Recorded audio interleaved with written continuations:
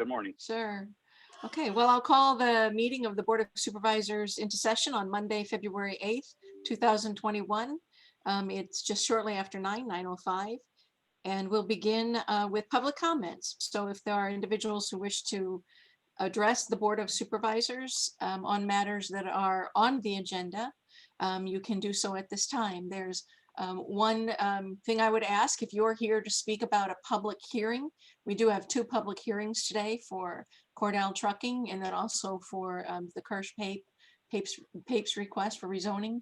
Those will be held at the time that we actually have the public hearing. So if there's anything else on the agenda, our agenda actually is rather short. If you have anything else you wish to address, now would be the time. You would have up to 3 minutes and you would raise your hand or give us a wave on video or enter something in the chat box. And just for information, the Kirsch issue, I would move to have that tabled. I've been in contact with both parties and we're going to attempt to work out an agreement on that issue. In the event we can reach an agreement, obviously we'll bring it back up to the board at that time, but I would request that be tabled for the time being. So well, we'll take that up when we get to that point, and it's always better to get a resolution that everybody wants to have happen. That's always the better way. So does anyone see anyone else with a raised hand? Or Supervisor McDonough, this is Dawn. No one is indicating they wish to speak at this time. okay, very good, thank you. On the agenda, item 1 is proclamations. We do not have any this week. Item 2 is the minutes of the meetings of January 25th, 26, 27, and 29. If they are fine, we're looking for a motion to approve. I would make a motion to approve. And I will second that. We have a motion, a second, to approve the minutes of the meetings as presented. All in favor signify aye. Aye. Aye. Aye, motion carries. Thank you. Next would be consent items. We do not have any. So we'll move to item 4, which is our procurement procedures. Again, nothing at this meeting. Moving on then quickly to public hearings. The first public hearing is for Cordell Properties. And I know we have some folks here for that. So why don't we take that first, if that's all right? We'll take it in order that's on our agenda. So Tammy Henry, our zoning director, I'll turn that over to you. Good morning, everybody. Good morning. Morning.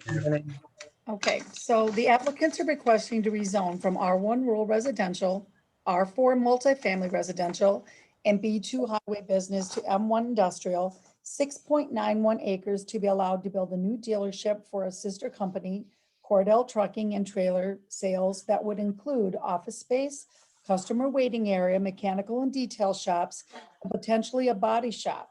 The property is located 0.66 miles southeast of the city of Dubuque at the corner of Highway 20 and North Cascade Road, and it is legally described as Lot 2 of 3 of the east half of the Northwest and of the Northwest of the Northwest, Lot 2 of the east half of the Southwest and of the Northwest of the Southwest, and Lot 2 of 3 of the east half of the Northwest of the Northwest of the Northwest, and Lot 1 of the east half of the Southwest of the Northwest of the Southwest, and Lot 1A-2 of the east half of the Southwest and of the Northwest of the Southwest, the former road right-of-way described in MB 1578-98, all in Section 7 T88 North R2E Table Mountain Township, Dubuque County, Iowa, and the property is owned by Cordell Properties, Broadview Court LLC, and Mary Faring. Zoning in the area includes A1 agricultural to the west, R1 rural residential to the east and to the south, and R2 single family residential to the east, and R4 multifamily residential to the south, B1 business to the northwest, B2 highway business to the south and to the west, and M1 industrial to the north. The R4 multifamily residential to the south on zoning case number 921 of 92 was to allow 24 acres to be rezoned for the purpose of construction of the mobile home park. The B1 business to the northwest on zoning case number 0908 of 83 was to allow the construction of a greenhouse for retail sales. The M1 industrial to the north on zoning case number 1106 of 88 was to allow for a fabrication, packaging, and assembling of office products such as furniture and partitions. The M1 industrial to the north on zoning case number 0814 of 84 was to allow for wholesaling and warehousing of steel products and welding supplies.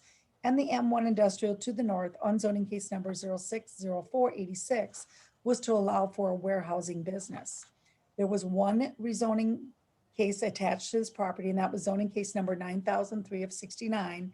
And that was to allow for the expansion and establishment of a new sales lot for the mobile home business Faring Homes Inc.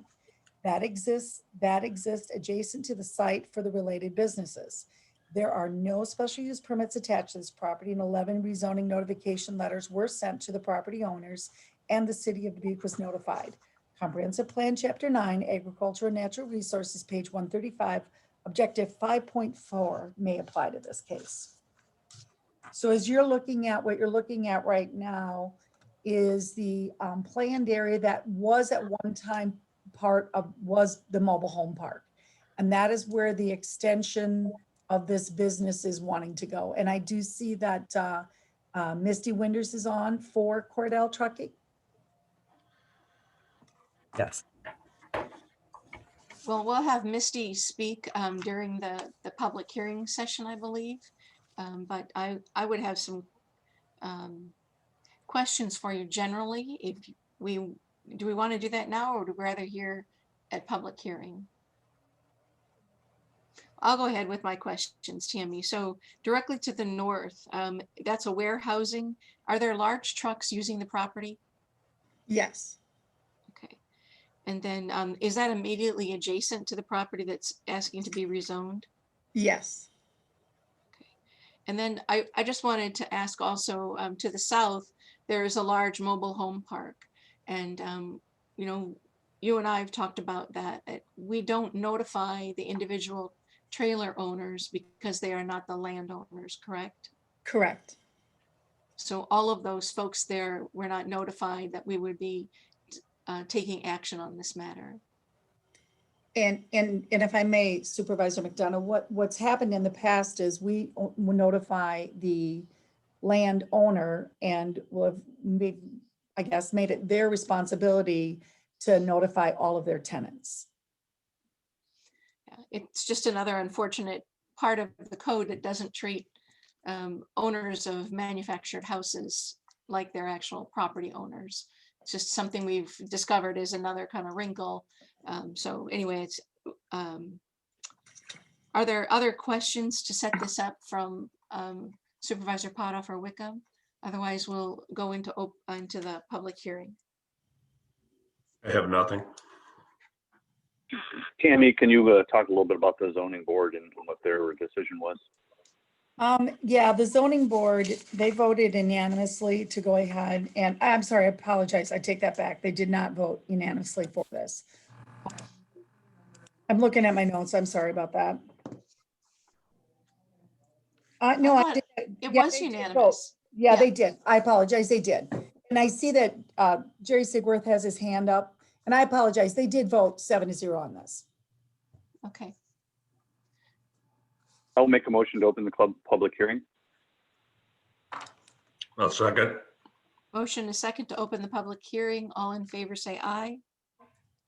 Aye. Aye. Aye, we are in public hearing. If there are individuals who wish to address the board on this matter, please raise your hand. You would do that in the reactions at the bottom of your screen. There's a way to raise your hand or put a note in chat. You'll need to identify yourself and your home address.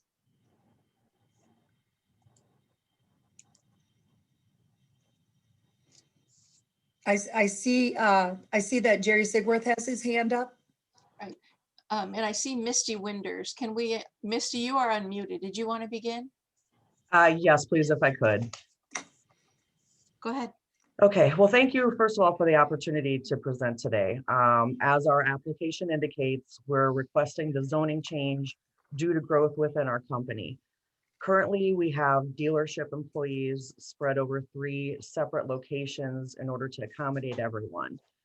We intend to build a state-of-the-art multi-million-dollar dealership within the next 12 to 24 months, which of course will add millions of dollars of assessed value to the county. We're also in the process of purchasing the building we're located in on West Ridge Lane. So between the dealership expansion and the plans to expand our other small businesses, we anticipate creating at least 30 to 40 new good paying jobs with benefits so we can continue to contribute to the community that we've established roots in. When we purchased the property, I'm sure many of you know there was a very dilapidated mobile home park located there. And it was actually already in the process of being shut down by the DNR due to the very antiquated septic system and private well that would have been very cost prohibitive to replace. In fact, it would have taken upwards of $200,000 to $250,000. When we purchased the property with the intent to rehab it, and we've already made some major improvements to it. We very generously gave each tenant an entire year's notice that the park would be closing, giving more than sufficient time for everyone to make arrangements. And despite that, we were still left with over a dozen homes that we had to pay to have torn down. Residential use for this property is no longer really even feasible at this point. I'm sure you've taken the time to review the zoning all around us and came to the same conclusion that we did, which is the trend of this area is no longer residential, it's business and industrial. And we're just simply conforming to this trend. During my initial meeting with the zoning commission, we had a resident speak against our request. And although we definitely empathize, we're certainly not pioneering requesting this type of zoning in the area. It's already all around us. The fact of the matter is that particular neighborhood is located about a half a mile from our property, and our dealership should have no effect on that area. There were concerns brought up about noise pollution. We've had zero complaints throughout the years. We've been in business for 10 years from our current neighbors, those who are actually all around us. One of our shops is merely feet away from Sutton or America's office, and they've not once had an issue. And our other mechanic shop is located right off of North Cascade Road and pretty much literally has homes right across the street. And we've never once had a noise complaint or a complaint of any kind for that matter. And also please keep in mind that we're not only going to have a repair shop, but we're also going to house salespeople and admin staff who will also need to work in a quiet environment. So noise reduction is already a priority for us. As far as any concerns about traffic flow, the dealership should not create any additional traffic along North Cascade Road. When the new interchange is complete, this area is going to be safer than ever, and customers will follow the new frontage road, which will pretty much deliver them to our front door. As an additional perk, other businesses in the area benefit from our clients as well. We have customers travel to our facility from all around the country, and they purchase food, gas, lodging, etc. right here when they're in the area. And once we build the new dealership and can accommodate more customers, naturally these businesses already profiting from these side purchases will benefit even further. So in summary, allowing us to proceed with the zoning request will create new jobs, increase revenue brought into the county, and will conform with already existing trend. Thank you, Misty. I'd like to ask you a question about light pollution. Sure. Recognizing that there is a large manufactured home area across the street from you, what are you doing to be sensitive to that? We're going to be partnering with people who know far more about putting up a building than we do. And that is going to be one of our top priorities as well. We're very sensitive to the fact that we do have, neighbors around us who that's their home. And I know that there's some particular style of lighting that won't be as offensive to people that are in the immediate area. In fact, we've already had some lights, really no special lights in particular, installed for security. And those have been up for probably about a year or a little bit more. And we've never had a complaint about those as well. And again, the ones that we intend to install are going to be more sensitive to those around us. Thank you. Tammy, do you have the updated map that's going to show when the interchange is completed? Do you have that? Can you share? It is in your packets, Dawn. It would be the last couple of things added to the packet, I believe, if you can share that.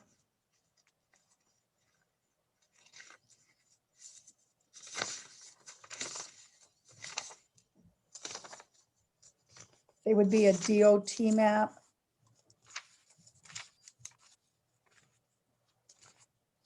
Dawn, are you with us? I am. I'm trying to move my screen here. If this works. There you go. So that's one of the maps that's showing the landfill road and then your accesses and there's another map, Dawn, if you scroll down, I think that one might do a little bit more of what she is wanting to see potentially. One more up, I guess. I apologize. It would be the one that was above that then. It'll show a little more of the yellow on it. So maybe one more up there it should be. There we go. That would be the one. Was that the one you were referring to, Ann? Right, I think it's important just to note how the frontage road will go by the trucking area.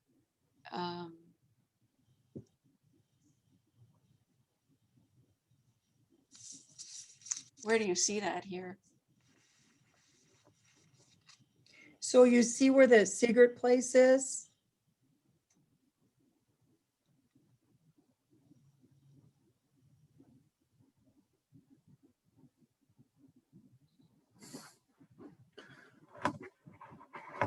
There you go.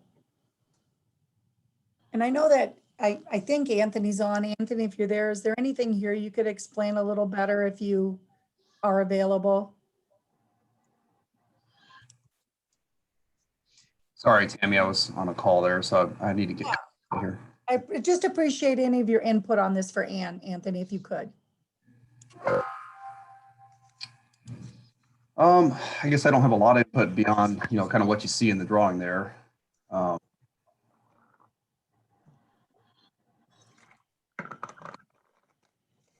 My point is just that when you see what the map's going to look like shortly and where the development of this trucking is, I mean, clearly it's right across from the mobile home park and we're not going to be able to do anything about that, but the access is much safer and the traffic with trucks coming in and out. I mean, that's some concern I had too. We're going to have increased truck traffic, but this is all designed to be more safe than going directly onto 20. So I think it's a good expansion program for this time. So thank you for that. Do we have others who wish to speak? Jerry, did you wish to speak?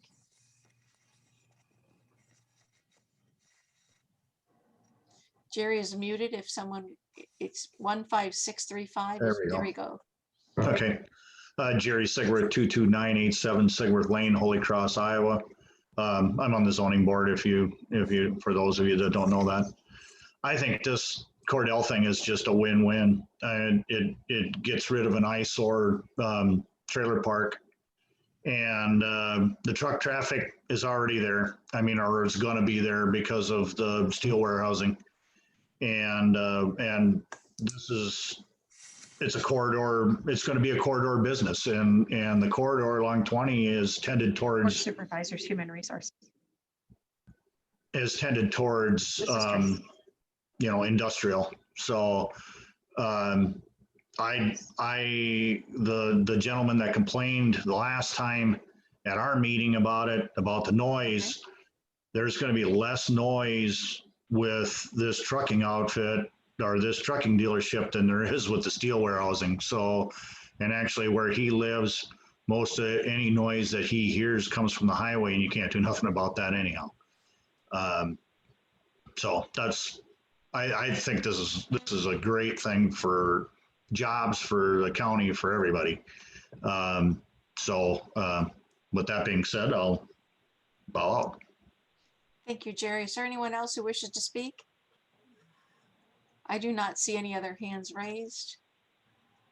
I will make a motion to close the public hearing. I'll second. Motion is second to close the public hearing. All in favor, say aye. Aye.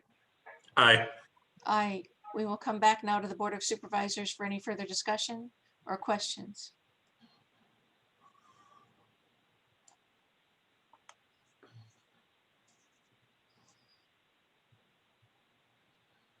I'll make a motion to approve the rezoning.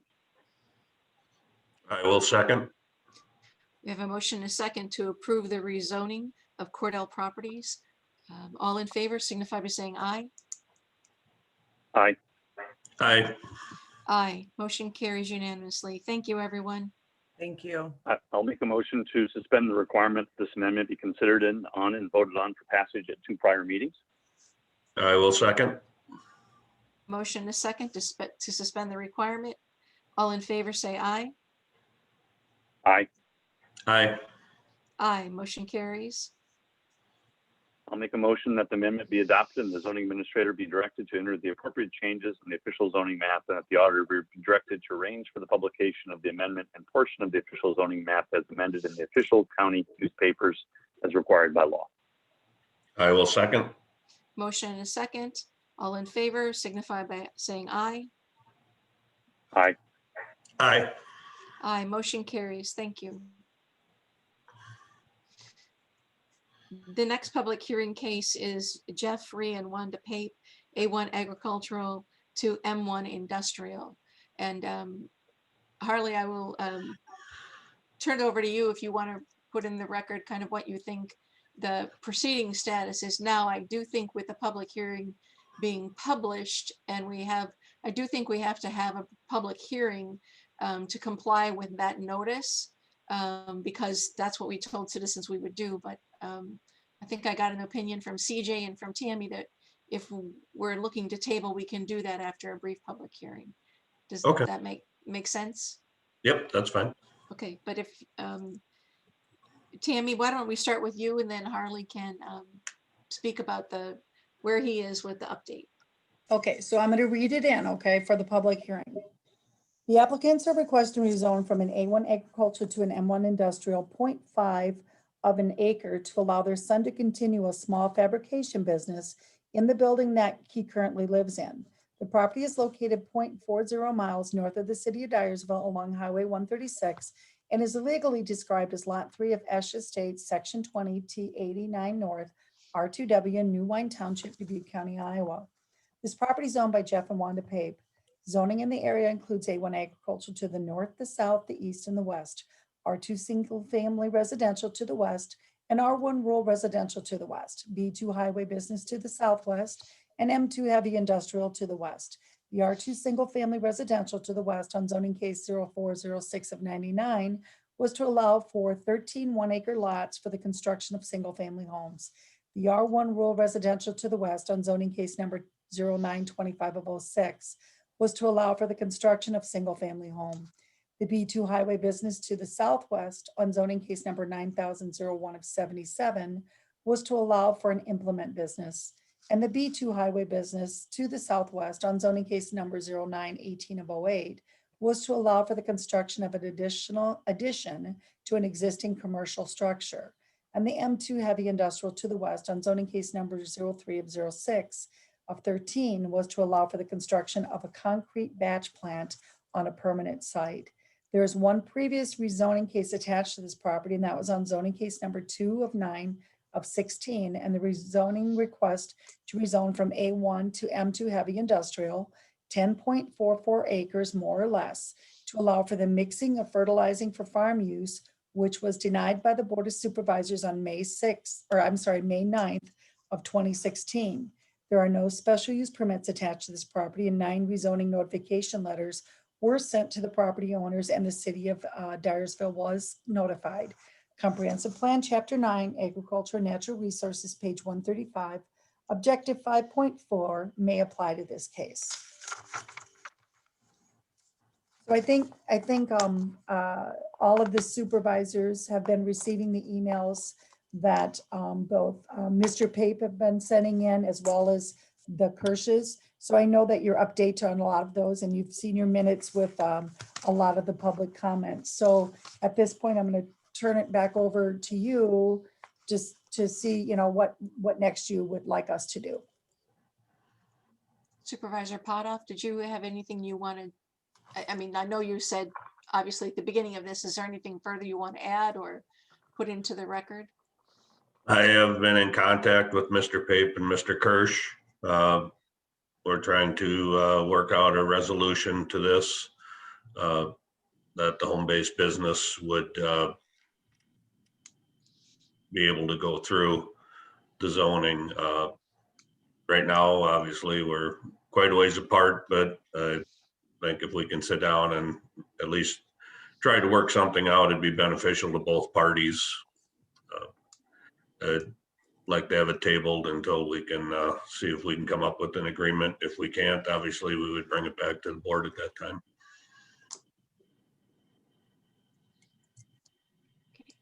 I think we probably do have to open a public hearing and give opportunity for citizens to give input. So why don't we do that first, to give the opportunity for those who are in attendance who wish to. I know Mr. Kirsch is here, and I don't know if he wants to speak either, but I'm so looking for a motion to open the public hearing. I would make the motion to open the public hearing. I will second that. Motion is second to open the public hearing. All in favor, say aye. Aye. Aye. Aye, motion carries. We are now in public hearing. If there are members of the public who wish to address us regarding the zoning case, Jerry, I see you have your hand raised. Why don't we begin with you? And you are still muted. There you go. There we go. Jerry Sigworth, 22987 Sigworth Lane, Holy Cross, Iowa. I'm on the zoning board again. There's a lot of information that came to light about this after it went in front of us. I know it got shot down.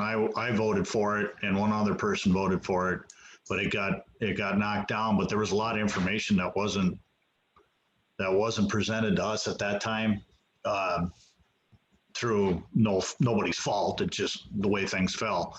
But I think that I agree with Harley when I think this could get worked out some way.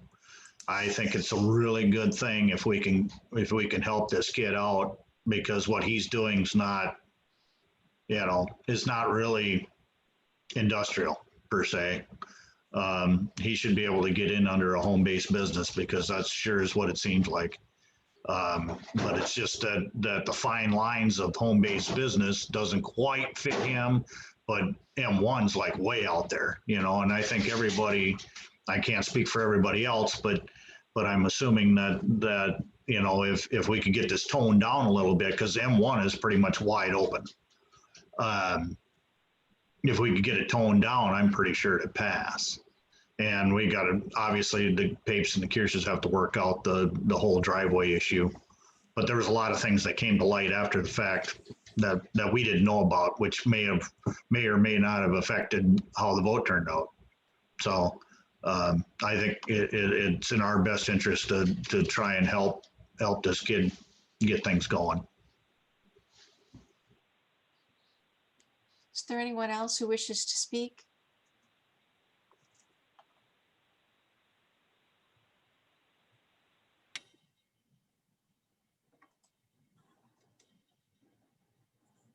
I would be interested in knowing if Mr. Kirsch feels that we should not proceed at this time. There he is on camera. Can we unmute Jordan Kirsch, please? Hi, Jordan Kirsch, 14374, Route 136, Dyersville. Good morning. Hi. Jeff and Harley had talked about a new entrance and up on the north, which Jeff has. He made it, it's approved. And his offer back to me has nothing to do with that driveway whatsoever. So I know we're a long ways apart, but he isn't even remotely close to what he had even talked about with Harley. Mr. Kirsch, can I ask, are you objecting to this being held over, tabled, so you have opportunity to pursue conversation with Mr. Pape? It'll still be tabled. I'm for that, but Jeff needs to work with us. What kind of a timeline would you like to see for tabling? How far in the future should we go? A month at the most. I mean, I'm taking off work today to sit through these meetings, which I realize I need to. In past meetings, I had to be there because certain people need to be corrected at points. but we're ready to work. I mean, but he's a long ways off. Right. Tammy, do you have another map that will show us where the driveway is to the north of the property? Yeah, so Dawn, if you would go to what would be, I think, the last map in the packet that you have. It will show where there's an entrance already on this property.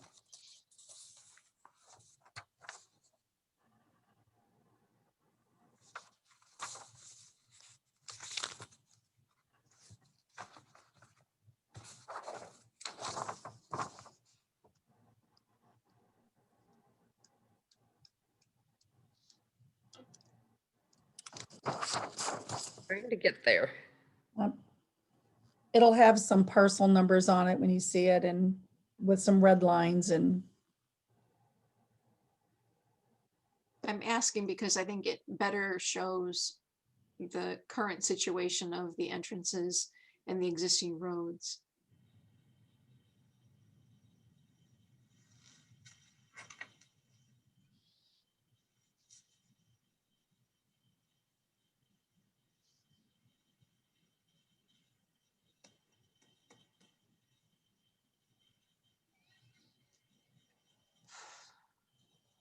there it is. Tammy. If you'll look up in the northwest corner above that parcel that says 07203-26001, you'll see there's a lane that is started in, and that is the approved entrance off of Highway 36 there. It's the entrance that's approved by the DOT to allow the PAPEs to access their property. And that's the lane that Jordan Kirsch is referring to.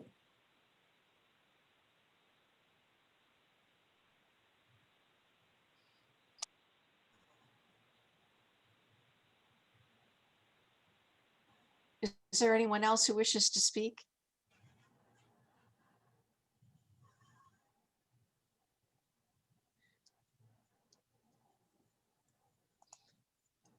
Seeing no one, we'll look for a motion to close a public hearing. I would make the motion to close the public hearing. I will second that. Motion is second to close the public hearing. All in favor, say aye. Aye. Aye. Aye, motion carries. So back to the Board of Supervisors. How do you wish to proceed? I personally think it's always good if the parties can find an agreement. We don't have. I would. Go ahead, Sorry. Harley. Oh, I would make a motion to table for a month to give me time to talk to both parties and try to work out an agreement. I'll keep the board appraised at how that's going.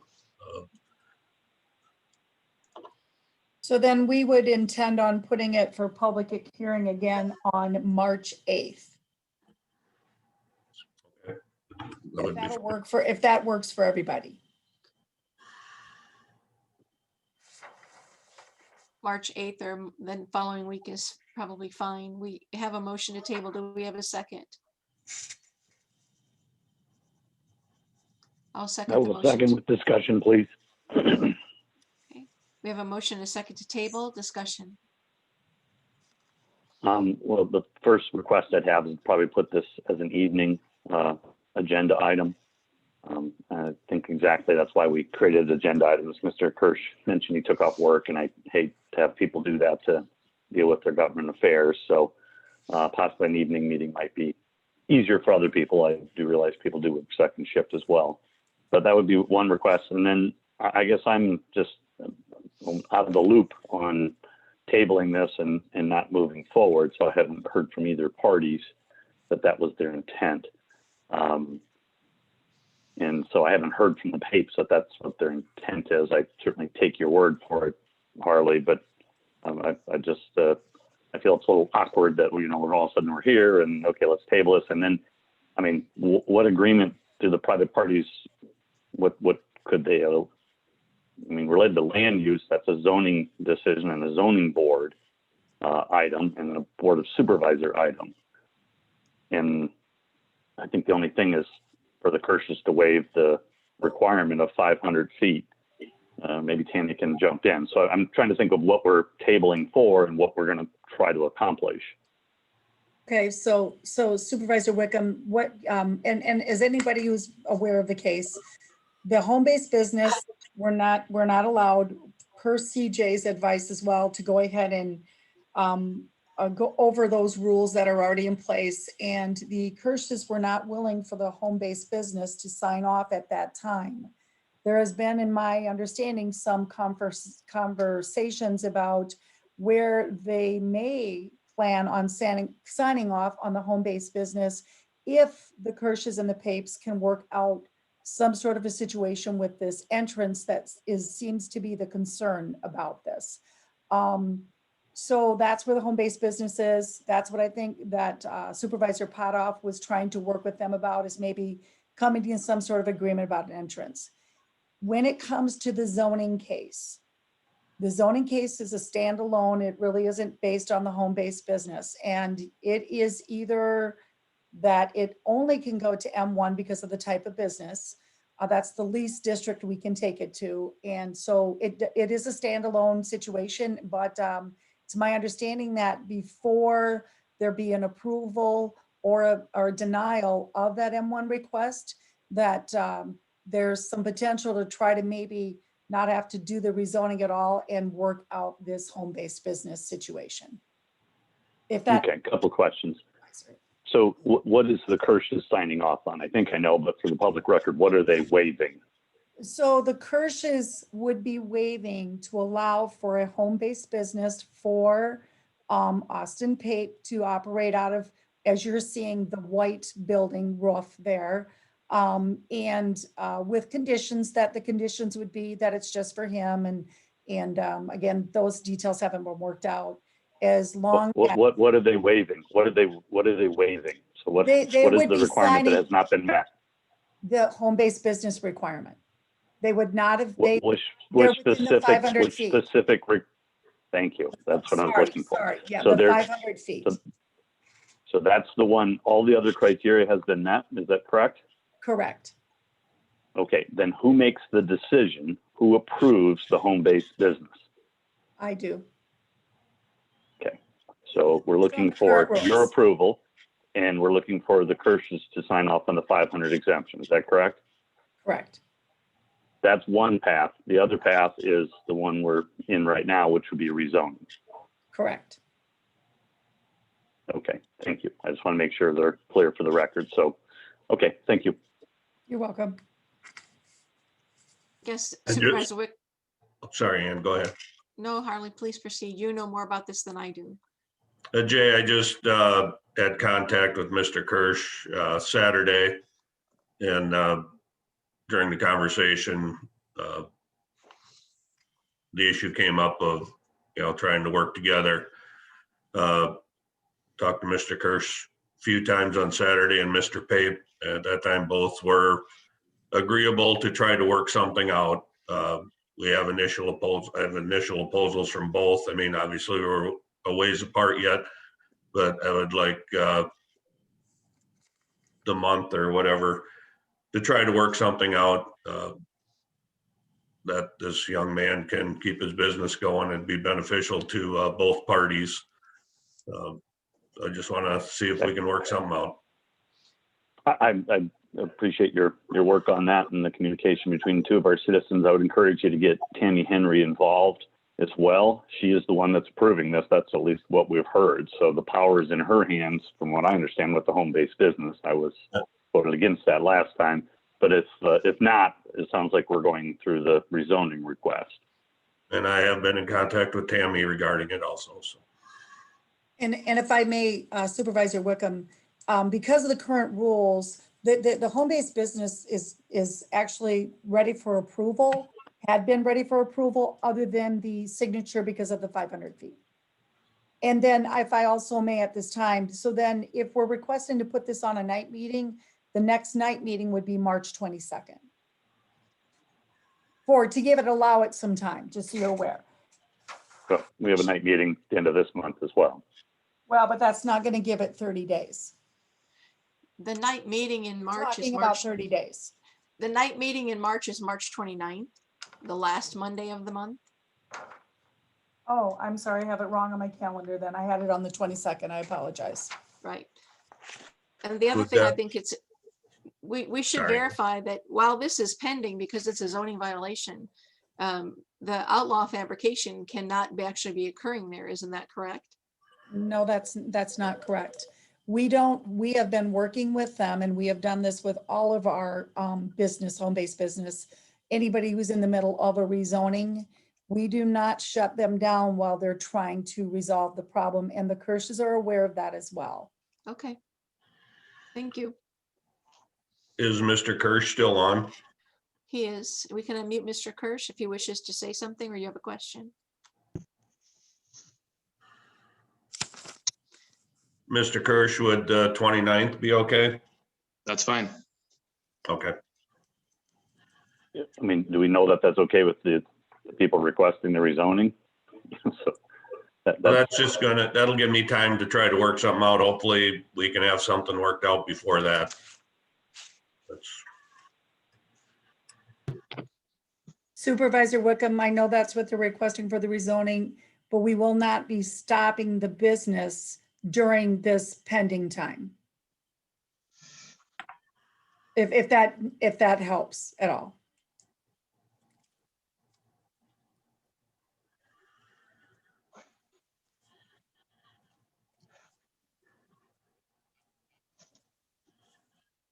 We have a motion and a second to table this until March 29th. Is there any further discussion? All in favor, say aye. Aye. Aye. Aye. Motion carries. Thank you. Thank you, Mr. Kirsch, for being present.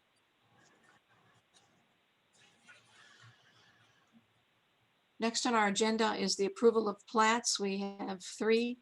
The first is the final plat of Brum Acres. Okay. This property is owned by John and Diane Brum and is located adjacent to the city of Dubuque along Cottingham Road with a total of 121.15 acres surveyed. The property is zoned R1 Rural Residential and C1 Conservancy. The purpose of this plat is to create a residential lot around an existing agricultural building that will be converted into a house/shed for their son to live in. The survey creates two lots. Lot 1 is a total of 123.62 acres surveyed with a farm home and agricultural buildings, and it will remain in current ownership and agricultural use.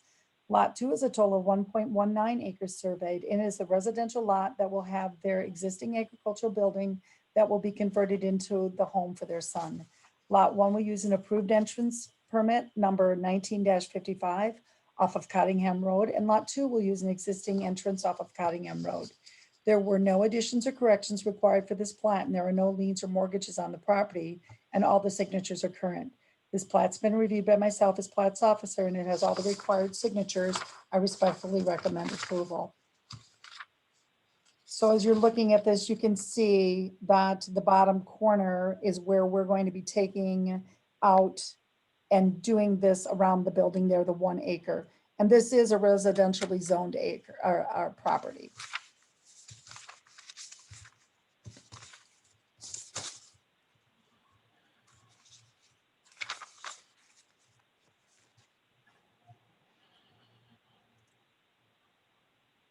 Do we have any questions for Tammy Henry? I do not. If we Nothing. wish to, if we Sure. wish to take action, we're looking for a motion to approve the resolution. I would make a motion to approve the resolution. And I will second that. We have a motion and a second to approve the resolution approving the final plot of Brum Acres. All in favor signify aye. Aye. Aye. Aye, motion carries. The next plat is lot 1-5 and lot 2-5 of Clifford's Edition. Okay. Tammy? The property is owned by Paul Kate Trust and is located 1.39 miles southeast of the city of Rickettsville along Boy Scout Road with a total of 9.72 acres surveyed. The property is zoned R1 rural residential. The purpose of this plat is to allow a lot to be separated for a new home. The survey creates 2 lots. Lot 1 of 5 has a total of 1.15 acres surveyed and will be the site for the new home. And Lot 2 of 5 has a total of 8.57 acres surveyed and it will remain in current ownership and agricultural use. Lot 1 of 5 will use an approved residential entrance on permit number 20-58 off of Boy Scout Road. And Lot 2 of 5 will use an existing field entrance off of Boy Scout Road. There were no additions or corrections required for this plat, and there are no liens or mortgages on this property. Some of the signatures are over 60 days old, and they included the surveyor November 20th of 2020. This plat's been reviewed by myself as Platts officer, and it has all the required signatures. I respectfully recommend approval. Again, this is just a small lot being taken out, and I believe it's a daughter that is going to build on this property.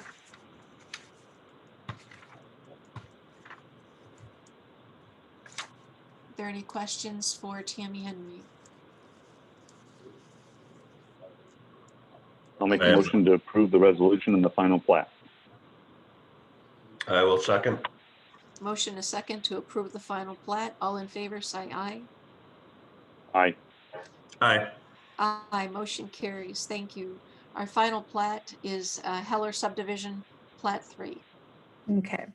The property is owned by Heller Trucking, Inc. and is located 3.31 miles north of the city of Zwingle along Buncombe Road with a total of 39.64 acres surveyed.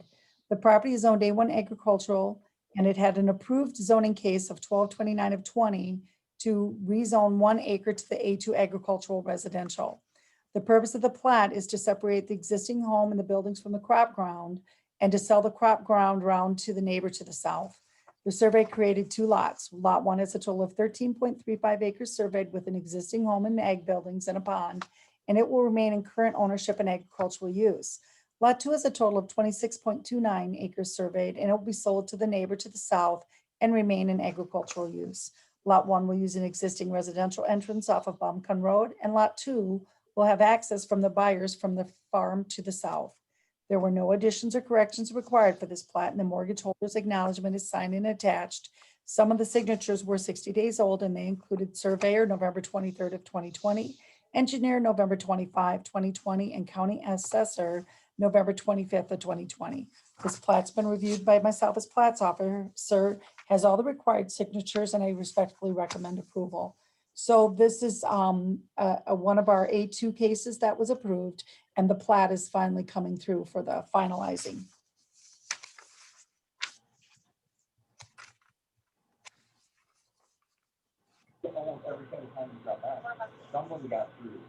There are no further questions for Tammy. Looking for a motion to approve the resolution. I would make a motion to approve the final plat. I will second that. A motion is second to approve the resolution approving the final plat. All in favor say aye. Aye. Aye. Aye, motion carries. Thank you. Thank you, Tammy. Thank you. Have a good day, everybody. Thank you, Tammy. Item 7 on our agenda is action items. The board may approve, deny, or table any action item. The first item, 7A, is a resolution to approve the hiring of deputies, assistants, and clerks. Dawn, if you want to go ahead and give us, looks like these are all Sunnycrest positions. Yep, Supervisor McDonough, you're correct. These are 3 permanent part-time positions that are vacant, and so I'm recommending approval. Are there any questions for Dawn? Looking for a motion to I'll approve. make a motion to approve the resolution. I will second. Motion is second to approve the resolution. All in favor say aye. Aye. Aye. Aye, motion carries. Thank you. Our final action item, I believe Ed Raber, can you quickly give us some context for this?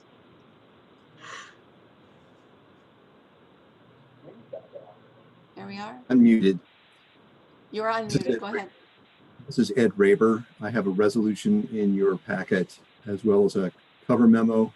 A few weeks ago, I had spoke to the board about as we progress through this COVID CDBG Community Development Block Grant, the project partners that were identified in the application Most of them were working their way through the resources that had been budgeted to them.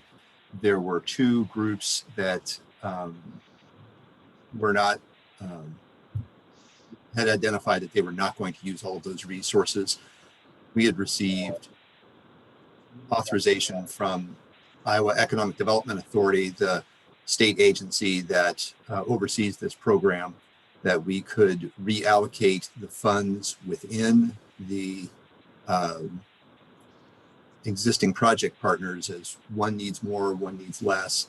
And so this relates to that. In the memo, there is a table that I've provided that shows the amount in the grant application that was approved by the state of how much was budgeted for them, and so far how much has been invoiced by those project partners, or that they've asked to reserve for that. So that total amount ends up being $25,323.41 that they do not, that those partners do not anticipate using of their allocation. Primarily, that comes from Project Rooted, who sort of ceased the activities related to this grant in July, and Dubuque Area Labor Harvest that had a lot of money allocated to push some food into the to the rural area of the county, and they just had probably more money than what they were required for their part, what their demand has been. In the memo and in the resolution, I've noted that there are two groups that during the remainder of this grant period, which ends April 9th, that they would have the ability to quickly or through their process expend some remaining resources, and that includes the Double Up Food Bucks program as part of Healthy Iowa. I'm not sure what that's actually called, but the Double Up Food Bucks program is operating currently and would like to just extend that through the remainder of the year. They've used their allocation essentially, and they would like another $1,500 to just continue that at their locations. And the St. Stephen's Riverbend Food Bank really has the capacity to sort of quickly get some food, purchase food in quantity, and be able to provide that into those food banks, do mobile food banks, food pantries in the rural area. And that's been working fairly well. So the proposal that I'm providing you with to just get us through this period is what I've shown in the resolution to authorize the remaining dollars as follows: $1,500 for the Double Up Food Bucks program and $23,823.41 for St. Stephen's Riverbend Food Bank. I've been in contact with those entities, and they know that they're aware that that is a proposed plan for you. If anyone has any questions, I'm happy to try to answer them.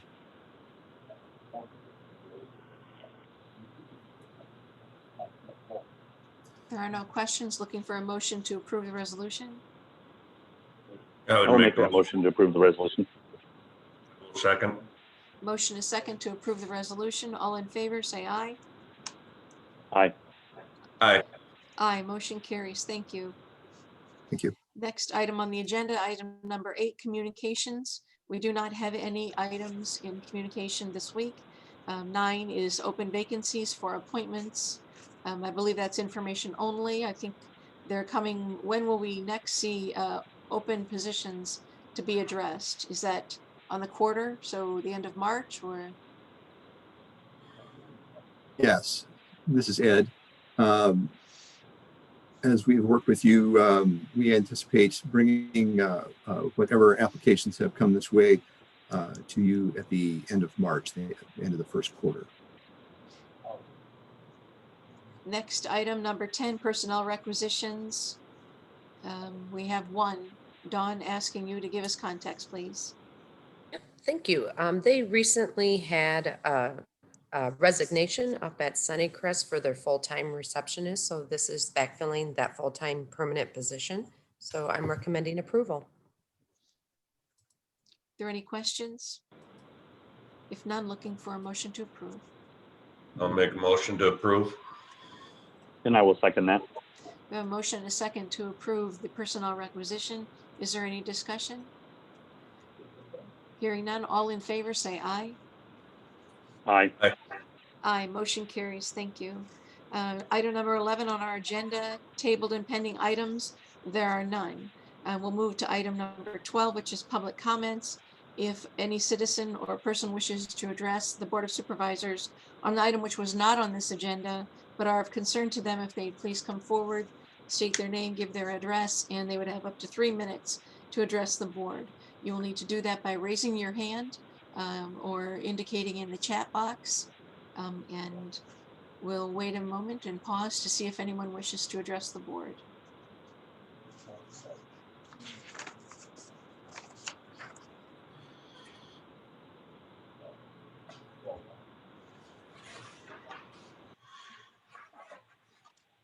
I do not see any hands raised, and no one has come forward. There's no chat. So I'm looking for, well, we're going to go right on. It's 10 o'clock. If we wish to take a brief recess, please make that motion. Otherwise, we'll go right into our COVID update.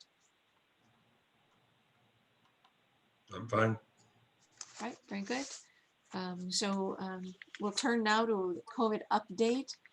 And Ed, who do you think was going to be? I know Tammy Freiberger issued a written report. We have a written report from the VNA with some updated numbers that were also sent on to the supervisors. Who is here from, do we expect Patrice or Samantha to give us information? We expect the health department staff to be here, and it may be that Tom Berger from the Emergency Management Agency may also be back. He's been out of the office this morning, but he may be here too. And Sharon McDonough, Samantha and I are ready anytime. Very good. Proceed. Okay, we just have a few slides that we would like to show you. A lot has happened since our last meeting. Just starting out with our influenza update. If you look at this map, even if you would have looked at this map a year ago, it would have been all red. This year, we are so very, very fortunate. We got an updated influenza report for the state of Iowa this morning. All of our entire state of Iowa, the influenza activity remains low. And we truly, truly do believe that this has contributed to our social mitigation strategies that we have in place, especially with our mask wearing. We do continue to meet with the hospitals on a weekly basis. And this past week, they too said that they are seeing no influenza cases or respiratory cases that they did even a year ago. So we truly believe that the social mitigation strategies are keeping our influenza cases, excuse me, very, very low, not only in the state of Iowa, but as you can see across the United States. So the next slide, Sam. Just wanted to briefly touch, I'm sure you're all aware that the state of Iowa now has identified 3 COVID-19 variants. We do have 2 in Johnson County and 1 in Bremer County. None of the 3 are related. They're all different variants. We did have a special webinar last week with the Hygienic State Lab. And long story short, they went into quite a bit of detail, which I found very interesting, but some of it, I'll admit, was over my head with the terminology. But they were able to actually purchase equipment. So now that they can run some of the variant or some of the positive cases, if they're checking for variants, right here in the state of Iowa.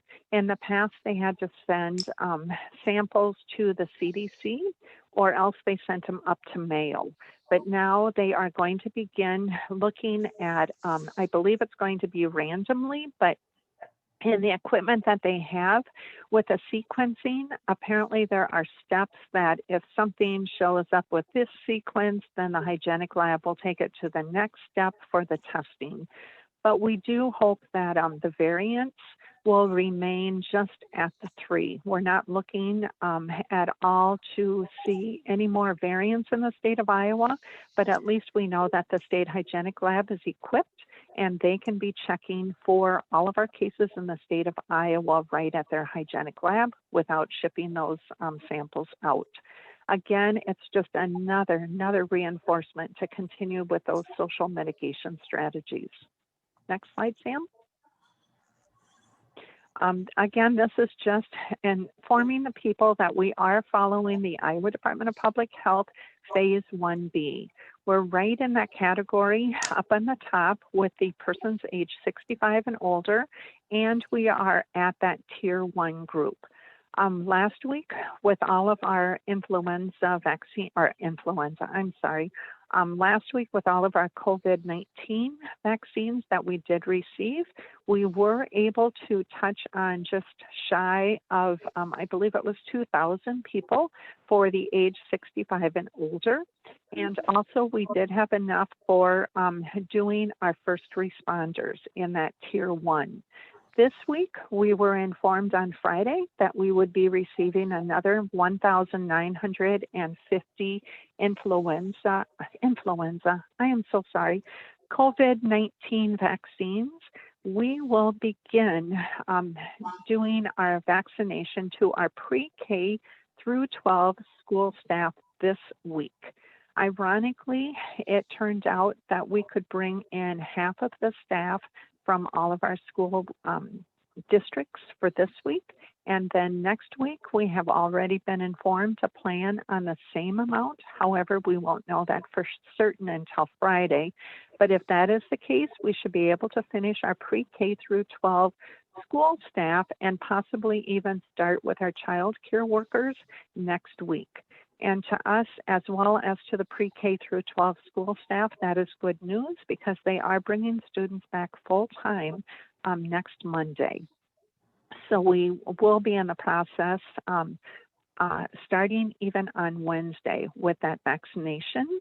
And some other exciting news that we can share is that we are hoping to have our pod open by the end of this week. So we're hoping to have a soft opening, but again, we just need to tell the public when we do get our pod up and running, everything will continue to be by appointment at this time. So we're just very thankful that the incident management team had a subcommittee, and Tim Link and Tom Berger have been working around the clock to get that up and running. And we're just very excited that we'll have one centralized location from here on out to do our vaccine administration. The next slide, Sam. Oh, and then that's okay. I can touch on my thought in a little bit. So again, just looking at our numbers for Phase 1B, I believe that we did show this to you last week, but I just wanted to show that the pre-K through staff, we are bringing in additional staff that was not counted last week, such as our substitute teachers, and then all of our student teachers on the college level. So that did, and plus I believe we were lacking a list last week. So I just wanted to point that this is our more accurate number for our pre-K through 12 staff. So even looking at our Phase 1B group, not counting the residents 65 and above, we do believe that we will be able to touch on this Tier 1 subgroup, hopefully by 2 weeks or 3 weeks from today. We'll start with it this week. We will continue next week, and we should be able to finish what remains the week after. So that's pretty exciting news, I believe, for everyone. Next slide, Sam. With our Phase 1B Tier 2, what I was going to mention on is that does pertain to a lot of our frontline essential workers. We have already started reaching out to these frontline essential workers and our individuals with disability living in the home settings and their direct caregivers. We believe that when we are able to move right into Phase 1B or Tier 1B, or I'm so sorry, tier 2 in phase 1B, that we will have our databases collected and ready to go. We cannot thank enough the Dubuque Area Chamber and the Greater Dubuque Development Corporation. We have been meeting with them. They are helping us get all of those appropriate names in place with our frontline essential workers. And again, we're just feeling very confident that it's going to be a smooth transition from our tier 1 into our tier 2 group. As soon as we get our tier 2 group up and running, we then will focus on our tier 3, and we'll continue that process until we can get to phase 1C. So with that, Sam, the next one, please. As I had just mentioned, we are hoping to have our Kennedy Mall point of distribution site up and running this week. We do know that depending on what our vaccine allocations might be in the future, we might possibly have to look at doing the vaccination off-site. But with all of our vaccine providers, they have encouraged us to look at a central location, which we have, which is the Yonkers Women's Building at Kennedy Mall. However, we know that moving forward, we might have to look creatively at different sites, but that will be very minimal if we do have to. So our focus right now is going to be on that point of distribution site at Kennedy Mall. Next one, Sam.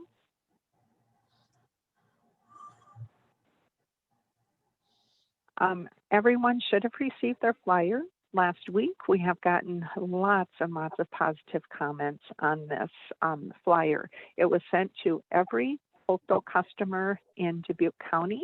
And again, we cannot thank Randy Gale and the Joint Information Committee enough for getting this out to educate our public and our residents in Dubuque County. Next slide, Sam. We did want to share just some of our estimates with our point of distribution site at Kennedy Mall. We'll send this out so you'll be able to look at it with more of a detailed time frame when it fits your schedule. But I did just want to add that we are working very, very closely with Kevin and with Stella and with Dawn and with Megan. So we will be reaching out primarily to Stella and to Megan to see what pocket of money for these expenses would be the most appropriate.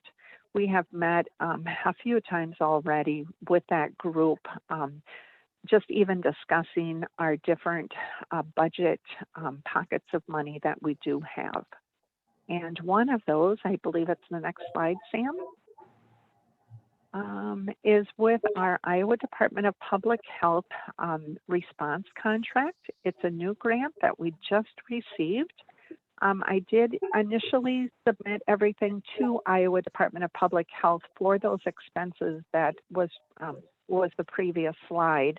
And I do believe that a lot of those costs will be able to come out of the vaccine response grant that is in the lower slide of this, or in the lower section of this slide. Excuse me. But again, before I submit anything, I will be in contact with Stella and Megan in case they feel as though another budget line item might be more appropriate for these expenses. But we truly do feel a lot of the pot expenses will be covered in that vaccine response Iowa Department of Public Health grant. The next slide, Sam. Also just wanted to mention that Randy Gale had shared with us that right after the flyer had gone out, we had a 34% increase in our subscription to the COVID-19 daily updates, which we thought was very, very positive. I did talk with Randy, or Randy actually talked with the incident management team last week, and he is looking at modifying some of those the daily updates to get more pertinent information into our afternoon daily updates. We know that now with the COVID-19 website provided by the Iowa Department of Public Health, a lot of that data, as you know, can be found at any time of the day at that site. So Randy is just trying to think of more creative ways to provide more pertinent, important information as well to that daily update. And as you're probably aware, again, through the media, Walgreens and CVS were granted those 64,000 remaining vaccinations that were not needed for the national contract with the long-term care facilities. Actually, it only turns out to be 32,000 doses of the prime and then 32,000 doses for the booster. Our Walgreens in Dubuque County did participate in the program. Our CVS in Dubuque County chose not to. I did hear from a few individuals that were able to register and they were able to go in to get their vaccine this past weekend. Again, that program was concentrating on 65 and older. So they were very pleased that there was an option available to them outside of the allocation that we are receiving on a weekly basis. Hy-Vee, it appears, will be also allocated vaccines in the future, in the very near future. It might even occur as early as this week. We did have an Iowa Department of Public Health meeting on Friday that they were confirming all of the details with that program. So I know that more information will be coming, such as the Hy-Vees that will be participating, as well as what age group they will be focusing on. So that, I'm sure, as soon as it's released, will be another option for the residents of Dubuque County to be able to participate in for their COVID-19 vaccination. And then we did have a question regarding how many masks do we still have available in Dubuque County? And Tom Berger, as you know, is in charge of our PEP. And he did do a count, and we have 42,500 masks available for distribution in Dubuque County. And Sam, is that our last slide? Okay, the VNA. I know that Stacy had sent Ed and myself, and I believe Ed did forward you the VNA update, so Correct, I will not Patrice, touch on right. that. We have seen the VNA update. That's great. If we Okay, could move sure. to the next slide. Yep, and that is it. So what I need to have you discuss with us, Patrice, is there's an ongoing question here in the county about whether or not there was a subcommittee meeting of the mask mandate of the Board of Health.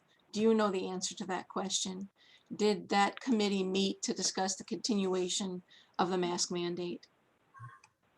I believe Tom and Diane are on. I would rather direct that question to them, Ann. Patrice, do you not know as the Board of Health Director whether they did that? I did receive an email for the information to be sent to the mayors and the city clerks throughout the county, which I did send out.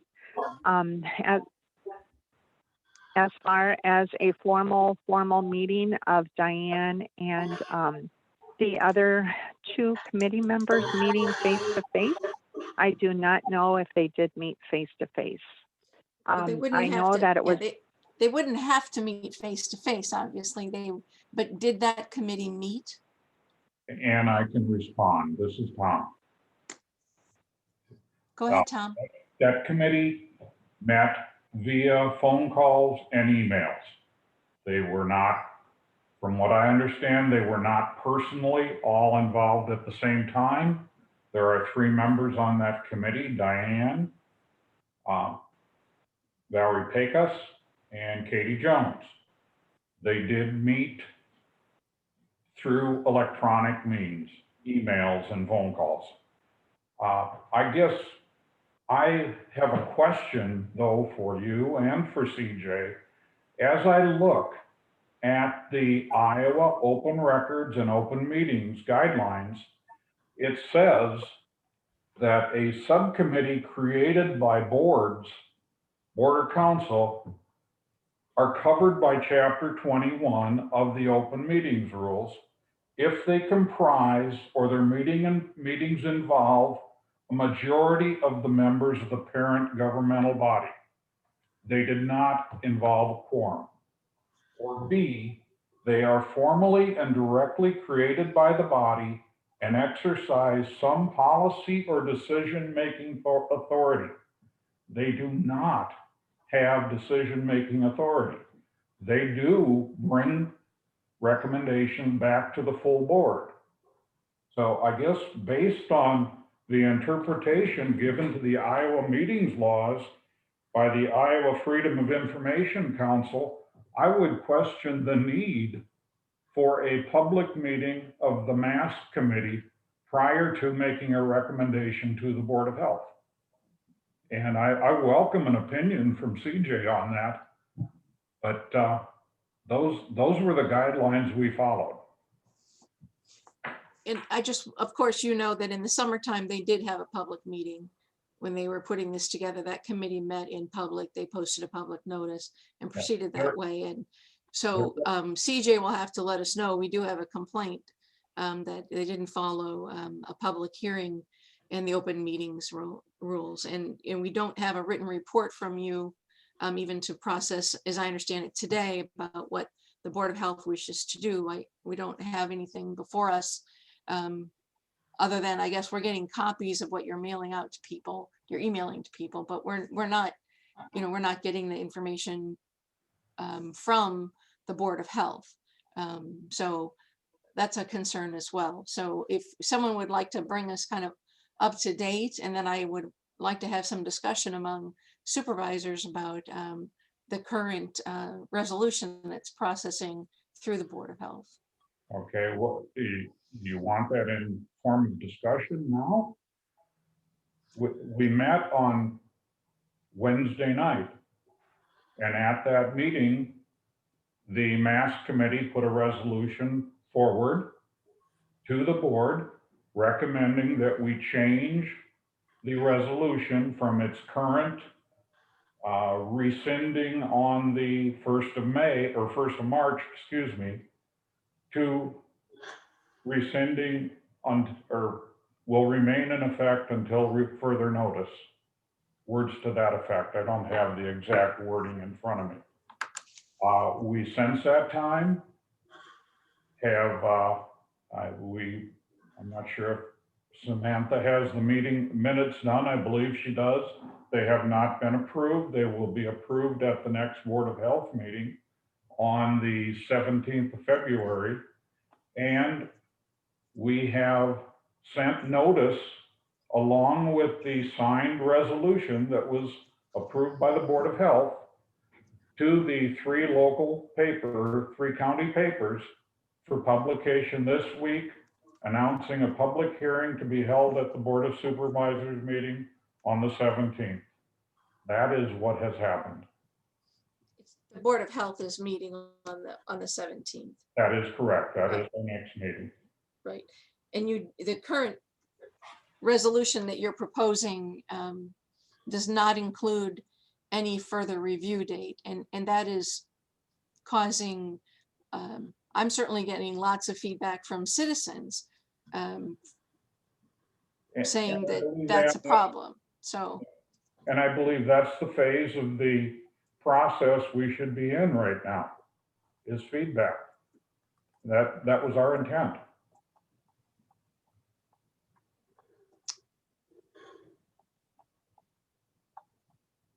How do the Board of Supervisors feel about language that says it will be rescinded?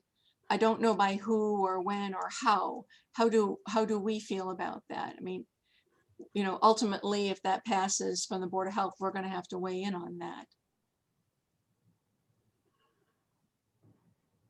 Jay, I'll defer to you first. Yeah, I think we have been through this in the past. In my time on the board. At this point, I would support the Board of Health going through their process and having public feedback on that resolution.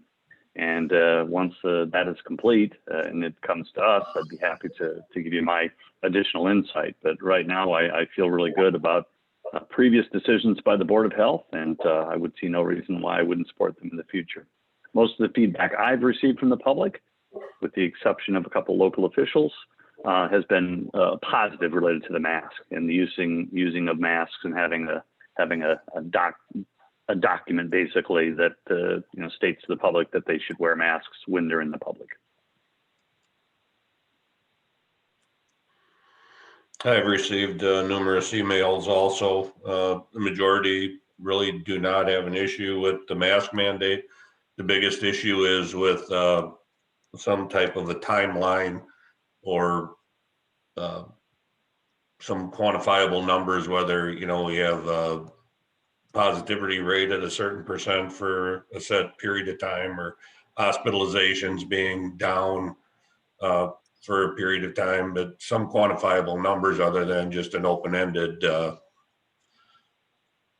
resolution. So I would definitely like to see some timeline put in it, but for the most part, it all has been positive. We've come a long ways. Biggest issue right now is we don't want to have to turn around and go back down the road again. There's light at the end of the tunnel. Let's keep getting it brighter.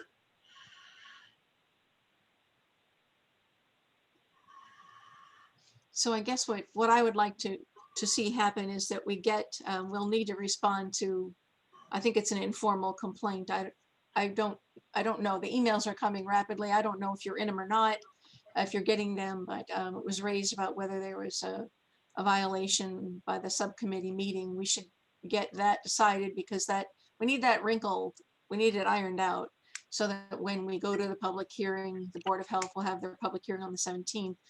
If we have to start over, we need to know that rather quickly, because we all, I think, want to be ahead of this by March 1st in terms of getting resolution to the continuation of the mask mandate. I think we have consensus. We want the mandate to continue. It's a matter of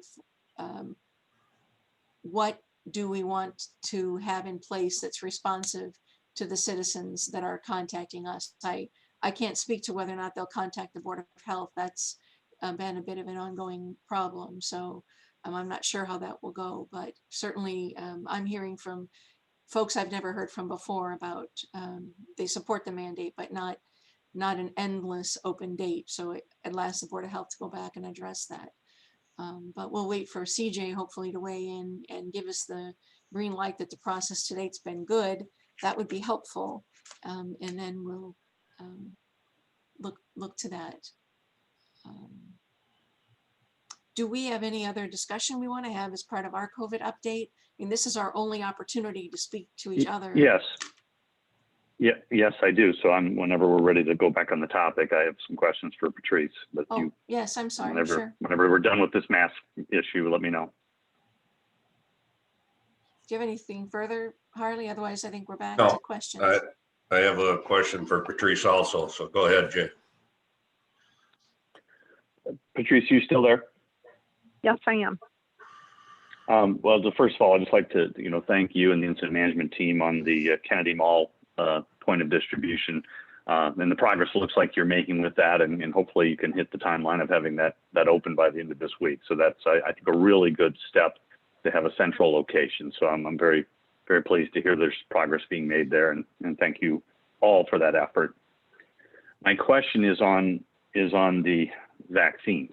So last week we were informed, you mentioned that there were going to be 2,600, I believe, vaccines received. And you just stated that we received 2,000, is that correct? Correct. 1,950 to be exact. Okay, thank you. And then this week we'll receive 1,950. That's what you also stated, is that right? Correct. Well, on Friday, we were informed for this week we would be receiving 1,950. Our last week's, it's really confusing, and I apologize. When we get our call from Iowa Department of Public Health, that comes on Friday. We have to submit our request by Monday if we're going to accept it or not, and where it should be shipped. So then once we do that, with the Pfizer, they tell us that it could be 2 to 3 days for the shipment. Moderna, it's usually only 24 hours. So last week when we did our vaccine administration, we actually had 1,950 of the Pfizer, then we had 700 of the Moderna. But on Friday, we were informed that we would be receiving 1,950 Pfizer for this week. They had also informed us that we could plan on 1,950 when we get our call this coming up Friday for next week. But in a webinar that we did have with the Iowa Department of Public Health, they were in the process of working with Hy-Vee, and that was what I was referring to, and I apologize that if I didn't make it clear enough, that all of the extra doses that the Iowa Department of Public Health would be receiving, because they had said that they would receive that 16% increase, will be going to Hy-Vee, that we will not be seeing that increase. And they had told us for the month of February to pretty much plan on what we had received Friday, which was the 1,950, to expect that allocation for each week of February. And then we're hoping through the Biden administration that all of our vaccine will increase after that.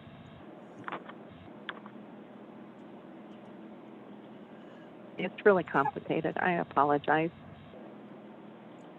Has the state provided you any formula related to distribution, any math or any table that you can share with Sure. the Board of Supervisors and the public? Sure. Basically, they have given us two rationale.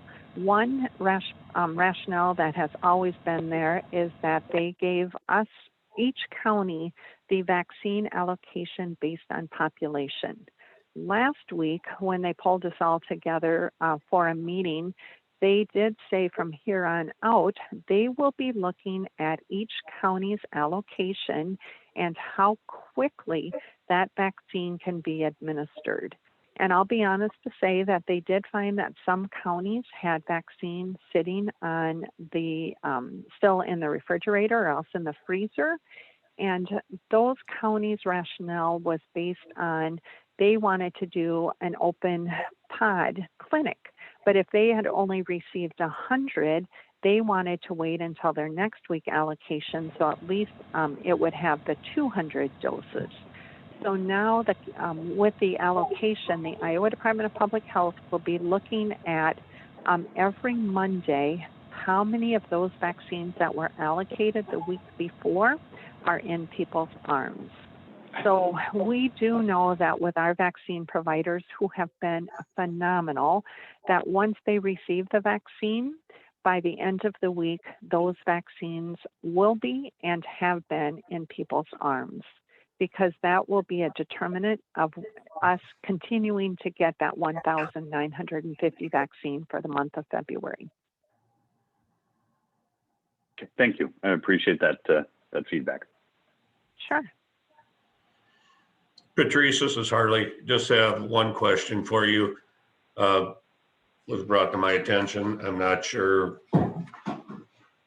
if it's accurate or not. I know in the lease for the pod, there is no charge to the county for rent, correct? Correct, yes. Are they charging the providers rent to be there? No. The rent, there is zero for the rent. What we have to do is pay for the utilities. And Right. I've worked with Kevin and CJ, and they have gone through the lease, and no, we are not charging any of our vaccine providers for the use in that area. The information that was brought to my attention is that Kennedy Mall was going to charge the providers. I said I didn't think that was correct, but I just wanted to run that by you. Yeah, no, there's no charge at all, except for the utilities. Right. Okay, thank you. Sure. And then can I just add one real quick comment that on Saturday, February 6th, that actually marked our 1 year of involvement with COVID-19 for Dubuque County. We were notified, Iowa Department of Public Health had called me a year ago on Saturday that we needed to quarantine a family. So that was the start of our incident management team. We pulled together down at Stacy Killian's office at the VNA, and that was the beginning of our process. So we have been involved now for exactly 1 year and 2 days. And we're hoping that a year and 2 days from right now, it'll be completely behind us, if not even sooner. So. Thank you, Patrice. It's nice to mark that milestone. I appreciate all that you're doing.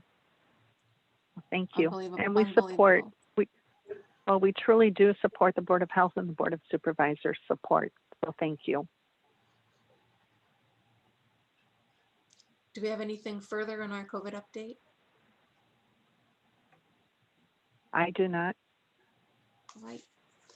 Very good. Seeing nothing from my colleagues, we will move on to our 10:30 work session.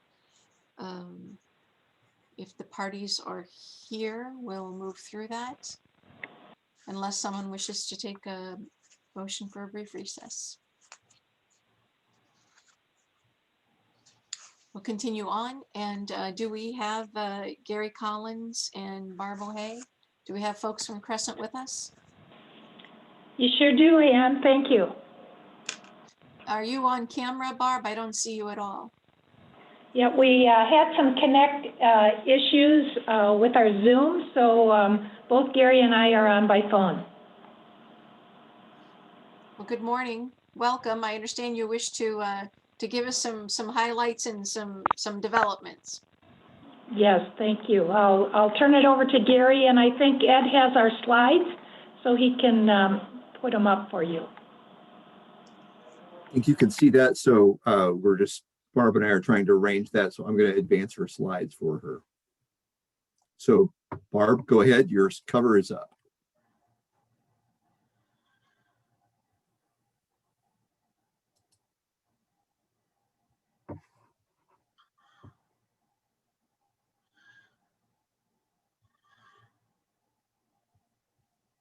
Barb, are you still with us by phone?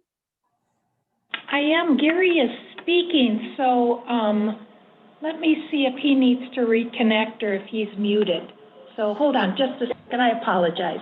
Sure, we cannot hear Gary. I can hear him down the hall talking, so let me quick grab him.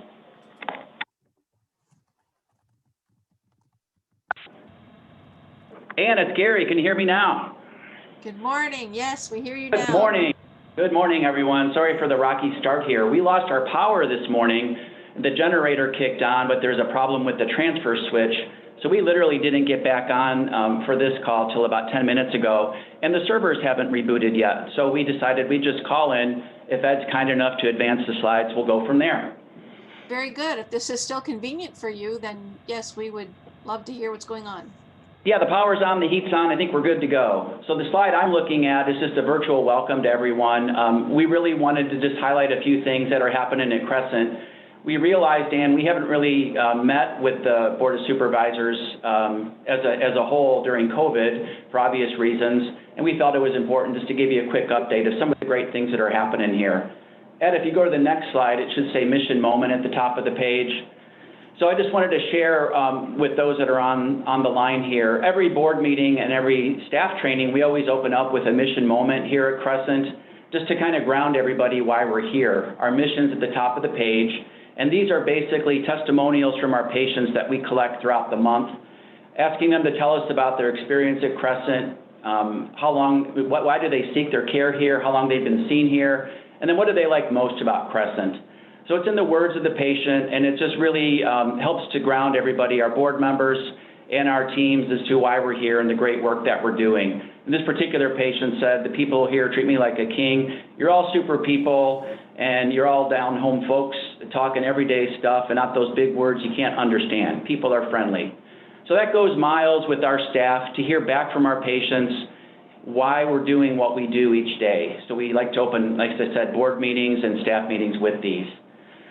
So I wanted to do that for this meeting as well. Next slide, you'll see the agenda. There's some brief things I wanted to cover today, and we'll get into those.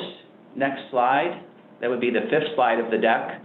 We're one out of 14 community health centers in Iowa, and we have budgeted for this year just under 30,000 clinic visits. We are on track to see more than 8,000 unique patients by the end of this year. I'm happy to report that in our new space, we grew our patient counts from the prior year by just under 10%, 9.6% to be exact. So we're coming in at just under 7,100 unique patients for 2020, which is up from 6,465. So we've got 10 counties that comprise. Was there a question? Okay. I thought there was a question. So there are 10 counties that comprise nearly 96% of our patients. And then surprisingly to some, maybe about nearly 18% of our patients come in from Illinois and Wisconsin. So nearly 58% of our patients are below the federal poverty levels. And then you can see our payer mix there. And then the other thing I wanted to point out is 100% of our 15 dental and 18 medical exam rooms are fully operational as of September of last year. When we moved in here, we were running at around 83%, but we finished off the last 3 dental operatories and the last six exam rooms, which enabled us to hit those targeted patient projections. And there's still room for a little bit more growth there, which we're looking at 2021 to deliver. We've also embarked on a brain health initiative that was completed in November. That took up an additional square footage of just under 2,500 square feet. And then lastly, we're looking at building out some space on the first floor as a quick care clinic to segregate our sick patients from our well patients. We're running just below 100 employees. It's about 85 full-time equivalents. And then our budget for this year, we're just over 12 million, up from 8.2 million in the last year. So our growth really in this community has been driven by a fully staffed clinic, as well as just increasing demand for our services, which we really saw during the COVID period last year. Next slide. And I think if you hit advance, Ed, this should play a short video. Could you just hit enter? And if the video doesn't play, we'll just go to the next slide. I'm going to encourage you to go to the next slide, Gary. Next slide. This shows our tri-states map. And it's a good overview of where we target our outreach for our patients, and then circling back with the other counties in our service area to just inform them of the great things that we're doing. The bulk of our patients obviously coming in from Dubuque County, just under 5,000 last year. And then, as I mentioned earlier, about 18% are coming in from Illinois and Wisconsin, in particular Joe Daviess County and then Grant County. If you go to the next slide, if you do a drill down on Dubuque County, you can see by zip code really where we're seeing those patients in our clinic. So just about 75% of our patients for 2019 are representing Dubuque County. And you can see that, like I said, all the cities broken out there. Next slide, you'll see a little bit of a highlight of our strategic plan, which we embarked on in the fall of 2019. And then we put that into work in the first quarter of 2020. And we measure ourselves on these. We have 9 objectives supported by about 80 different tasks, and multiple people are involved in executing this plan, our 3-year plan.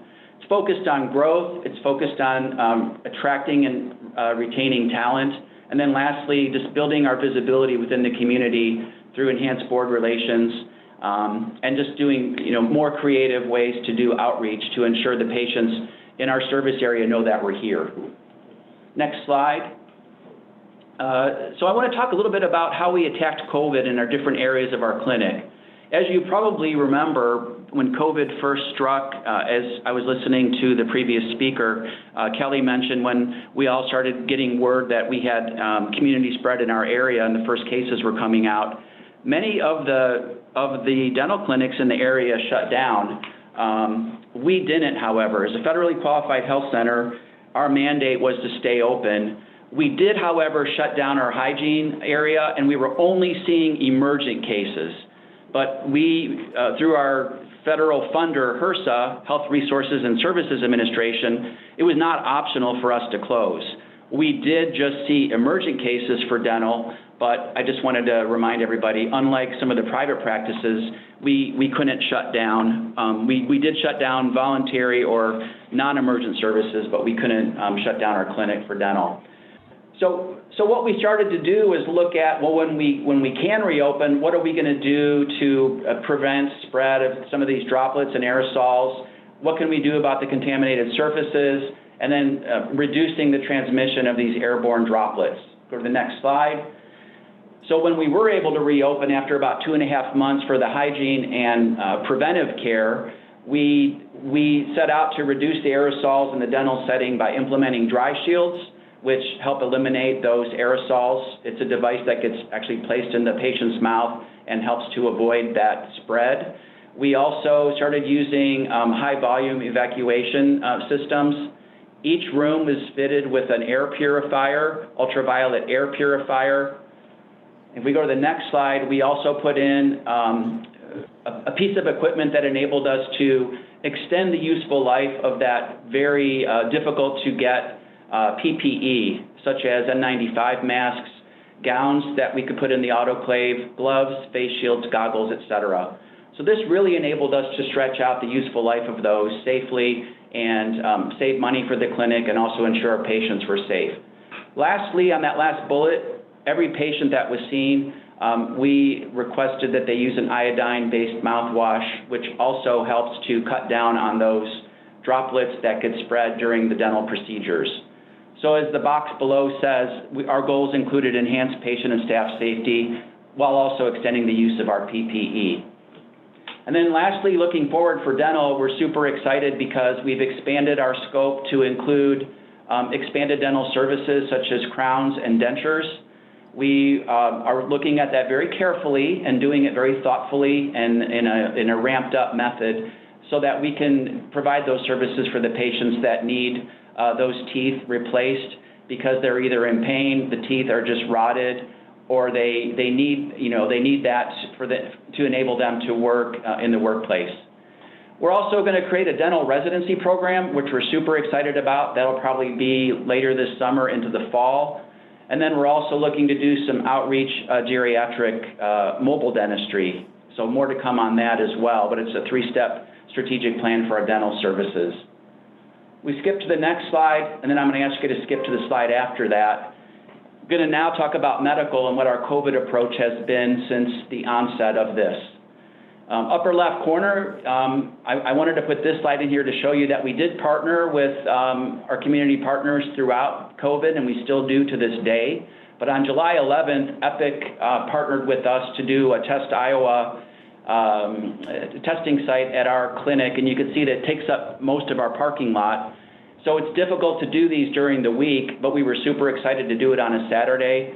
More than 300 patients came through this to help out Epic and the community to be tested.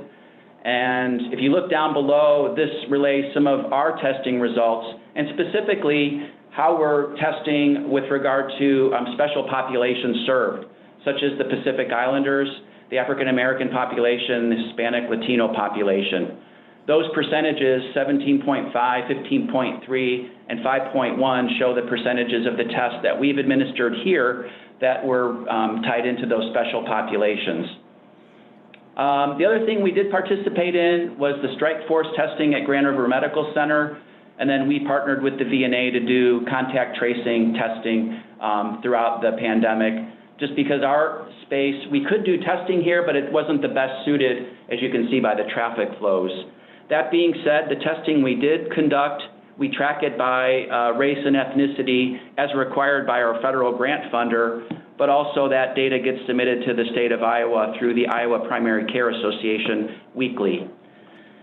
We've been tracking at just under 16% positivity rate. That's our rolling average if you look at it from the very beginning till now. And we are starting to see those numbers come down a bit, which is very encouraging. If we go to the next slide, this talks a little bit about some of the things we did with our pharmacy activities. We got some care packages out to the vulnerable populations. to encourage them really to stay home, quite frankly, and not go out unnecessarily. So it included the things that you see here on the screen, just so that it would kind of give them a boost if they weren't feeling well, and hopefully try to keep them from going out unnecessarily, but instead to call their providers and do some home monitoring. Next slide, under continued efforts. We did have some difficulty initially with getting some vaccines, but that was short-lived, and the county and the state really stepped up, and we're back on track with that. Just some of the other things that we're doing with regard to continued COVID activities. One of the things that you'll see in a future slide, we're talking about expanding our capacity in that sick patient area, and I'll tell you a little bit more about that in a few minutes. Next slide talks about our last section of importance, and that's our brain health area. If you go to the next slide, we have an integrated model here at Crescent where we're tightly integrating our behavioral health encounters with our medical team to ensure that continuity of care and that sort of warm handoff to the brain health provider. We've seen a significant increase in the demand for brain health services. So we're meeting that demand by the build out that we did here and just a focused effort around it. In fact, next slide, you can see how it's grown our staffing and also helped us to build this really strong partnership with medical associates in that they rotate a couple of clinical psychiatric nurse practitioners and a psychiatrist weekly through our clinic so that we can have those services brought in because we don't have those on staff. We also have those nursing positions that you see on the slide, a patient scheduler, and a full-time BH manager and interventionist. So just trying to staff up for that continued demand. To put it in perspective, we expected in our first year to have 500 patient visits. We exceeded that. We budgeted for 2,900 for this past year. We're already ramping up to about 3,000. For the next year forward, we're expecting to double that up to 6,000, just under 6,000. So huge growth in brain health area. Next slide reflects our Hersa funding for COVID-related activities and targeted activities. So the first grant came in at $61,000 that all the health centers across the entire country received based upon a base amount and the number of uninsured patients that you saw. And that was the formula that enabled us to receive $61,000. So it enabled us to really ramp up our telehealth efforts, which enabled us to stay in touch with our patients, keep our staff safe, and keep patients safely at home and still be seen by their providers. We went from 0% telehealth up to over 90% in the first 3 weeks, and now that's stabilized to right around 40%, maybe some weeks down to 30%, and that's where we expect it to stay for a while. The next big grant tranche this came in April, was for prevention, diagnosis, treatment, as well as increasing capacity specifically because all the health centers across the country were seeing increases in demand for services as organizations started to furlough people, lay people off permanently or temporarily. And so therefore we stepped into action, and that's when we did the completed build out for BH. That's where we saw the biggest demand. And then we finished off the medical and dental build outs. And now we're fully at capacity. The last grant, 8E as it's indicated there, was more expanded capacity. Go to the next slide, you'll see what we did with those funds, what we're doing with those funds. We did not have a negative pressure room in our clinic. Most of the other health facilities in our area do have that. It's a safe way to see patients within 4 walls, but extract the air so it doesn't recirculate within the clinic. So we're using those grant funds to put that in on that first floor area to ensure that we can safely see COVID or TB patients in our building and not jeopardize others that would be in the same space. Next slide talks a little bit about our footprint within the state of Iowa. I'm proud to say that we're part of the Iowa Primary Care Association by being one of the community health centers located in the state. We work very collaboratively with on a lot of great innovative projects. They're the technical leaders and advocates for all the work that we do in the state of Iowa. And you can see collectively we're at 86 different delivery sites in the state. And then my last slide for you is just to kind of show you the great impact that all these health centers are having throughout the state of Iowa in the different areas of focus. Vision, which will start ramping up here as well, medical, dental, brain health, and then other enabling services such as outreach and enrollment into the different care plans. And then there's other categories that other clinics have specialty services. So again, they provide technical assistance, advocacy. We work together on best practices. We share ideas on workforce. We're doing some alternative payment methodology models. And then we also ensure that we have the best electronic health records to deliver the care to our patients. So that's a quick presentation about Crescent. I know I went through that kind of quickly, but I wanted to allow time for questions as well.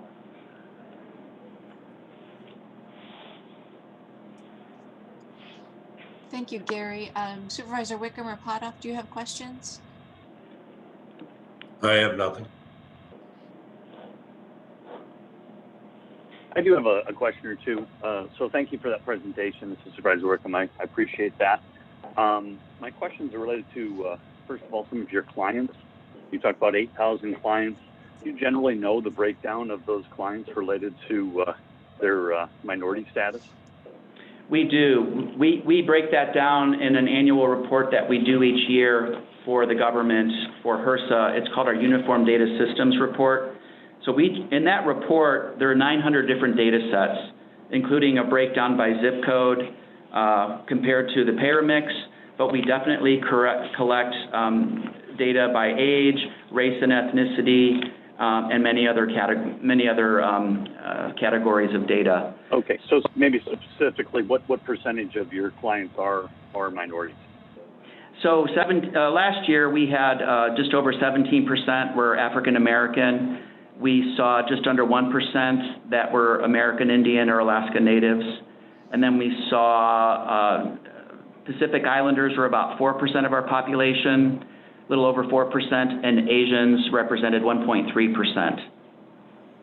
Okay, thank you, great. And then do you have any data on income as far as people at the poverty level or just general income data that you can share with us today?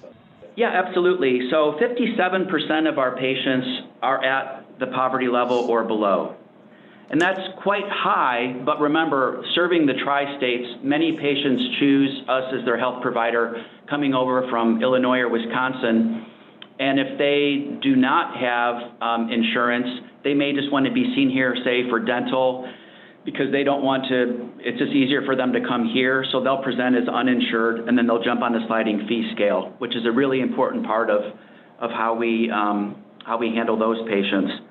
So again, as I said, about 3,700 out of our 6,400 are at 100% or below the poverty level.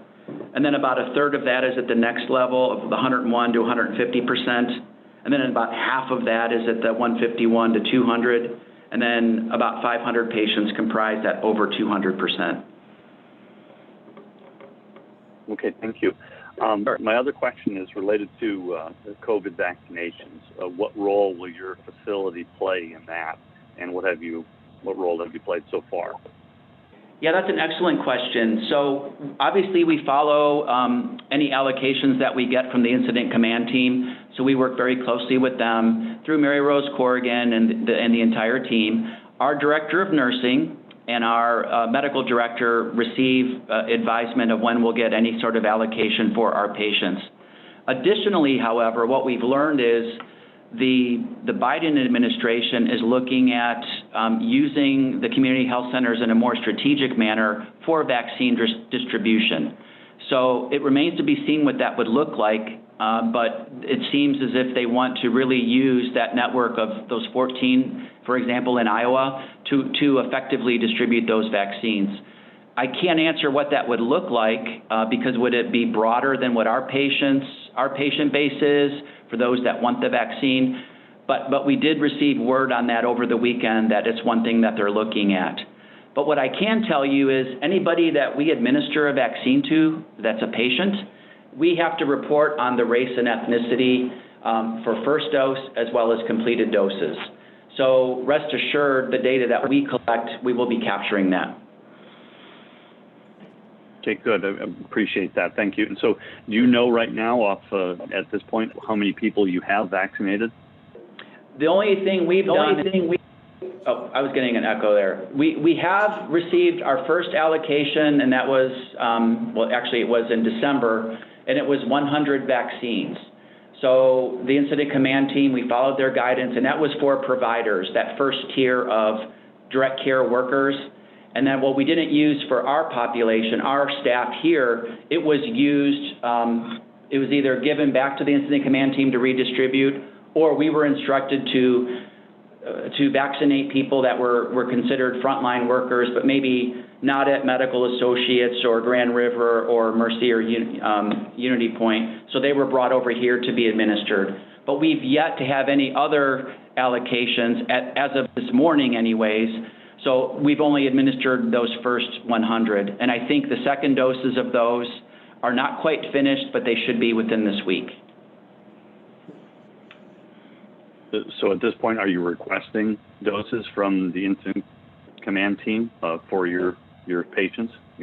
We are. We've requested, well, we have our patient base stratified based upon the over 65 age and their comorbidities to sort of stratify that risk and revert back to them what our demand would be. And those numbers have been communicated to the incident command team. But as you know, it depends. They only get so many vaccines, so then they will decide of our request how many they could fill versus the other demands that are out there as well. And I know they're going to be doing the teachers, so that's going to maybe we'll have to wait a little bit longer. So. Yeah, no, I definitely share your understanding of the details and the painful process of getting these vaccines into arms. So my question to you, do you see your clinic, Crescent Community Health Center, as one of the lead roles to getting the vaccination to our minority community? Is that a role you believe you should and will play? I believe we could because of our patient mix. So we could definitely play a big role there. But remember, it depends on if the patient in those different categories, those minorities, are interested in getting the vaccine. The struggle we've had too is just partly doing some education on the frequently asked questions about the vaccine and doing some more education about that. So when you go to our website, you'll see a lot of activities there, including FAQ formatted video from our Chief Medical Officer, Dr. Heather Cruz, going over the pros and the pros for getting a vaccine, if there are any risks, what they are and how they're mitigated, and those types of things. But for sure, we would play an important role because as the health home for these patients, they're already comfortable with us and they trust us, and they already know it's easy to get in and they could be seen here. So it just comes down to then the amount of vaccines, and quite frankly, those that really want to get the vaccine. Very good. So this would be my last question to Gary and Barb. Are there any unmet needs that your organization has that you think the Board of Supervisors could help you with? Well, I think the things we've just been talking about the last couple of minutes, if there's anything the Board of Supervisors can do to get the community more vaccines, that would be awesome. I think that would be echoed by anybody in the community. So whatever leverage you have for that would be terrific. But just thank you for continued support about what we're doing and how we're doing over here. We really are trying our best to figure out in this big COVID scheme the best thing we can do for our patients, and I think we've hit that. Now we're in this different transition part about the vaccines, and I do see us playing a critical role in that. To whatever extent we're needed, we'll be there. Very good. Thank you for your presentation and appreciate the information and all you do for the community. So no further questions. Gary and McDonough, I have some questions for you about brain health. I know that the stakeholders that meet about brain health here in this community, convened in part by the Community Foundation, they would like to have an in-depth discussion with you. So your presentation that relates to that, I've sent that out to those folks and I think it's being scheduled, and I hope you're in that scheduling process. But very exciting, your development of and your rapid growth in providing brain health services thank you for filling that need in our community as well. I'm not understanding if you're only focusing on adults or if you're also doing children. What, you know, lots of questions. What is your contract basis with the East Central region, which of course is Dubuque County participates in that. So I don't know that you want to provide that necessarily to this group of supervisors, but we are trying to build that base with other stakeholders, because there's a lot of interest in seeing what you have available to the community at large to be a partner with Brain Health. Absolutely, and great points, Dan. If you look at slide 20, I don't know if Ed still has it available, but we definitely are focusing on families. So there's a family health therapy room that we were really excited to embark on at the, based upon research that we did. So we are definitely seeing, families and the children in those categories. So I think it's meant to be, delivering those services again for our patient base that maybe can't be seen anywhere else, and so therefore we're trying to fill that void. We're doing a lot of work around social determinants of health and addressing all of those things that are popping up for those patients as well. And this is just one other area that we're hoping to serve and do additional work in. The growth has been just exponential, going from 500 to 3,000 up to 6,000 in a 2-year period is quite exciting. And it also just really underscores one of the many things that COVID has opened us up to is just the need is out there for these types of services. So respectfully, we're doing everything we can to meet that need for our patients. And then if there's a bigger footprint or a more involved footprint that we could help with, by all means, we would take a look at it and just try to fill that void in this community. Right, and we talked, I think when we first met, when you were brand new to the community, about access centers and how you might fit with the needs in the community. And I see that you've grown to that. I mean, you have providers who can write script, they can write for medications, and that's right. Such a need in our community. So as the conversations go on among stakeholders about access hubs and what we're going to do to be responsive to the brain health needs of the community, it certainly seems like you're ready to take on a bigger share of that, and you are, in fact. What I don't know, and we'll talk about this at those other meetings, is how your funding allows you to also be funded by the mental health region and what your contracts are and things. So more to discuss there, but there are lots of folks very excited about learning about this particular departmental growth specifically, and then anything else you want to share. So, well Good. done, Crescent. We value everything you do in the community, and I do certainly on a personal basis know just the involvement that family has. So very good. Thank you for your time today. Harley, did you have anything as final questions or? Nope. Thank you for the presentation, Gary. All right. Thank you all. I appreciate it. Thank you, Barb. Thank you. Yeah, I want to thank Ed for his flexibility in sharing those slides with us. And again, thanks all of you for all your support in this community. Very good. Stay warm. Thank you. You as well. All right. Do we want to take a 5-minute recess? Do we have one more? Is it boards and commission? Is that the last item? It is, yes. Shall we just power through? Yeah. I don't see it taking too long, but. Well, I think there's some general discussion that we want to have about boards and commissions and what this part of the agenda might be in the future, and what this might entail for sharing between supervisors. At this time, it certainly can be a way to be reporting back to each other about the meetings we've been attending. I've looked at the meetings that I've been at in January, that it's impossible to keep you up to date and bring you up to date, but there's been 6 meetings just relating to mental health that I've attended.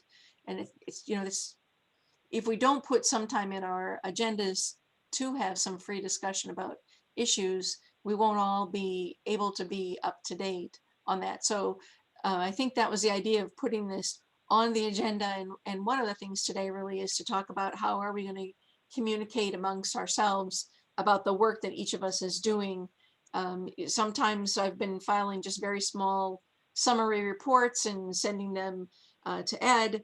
But we don't really have a way to facilitate that, that's not, obviously it all has to be in the public arena.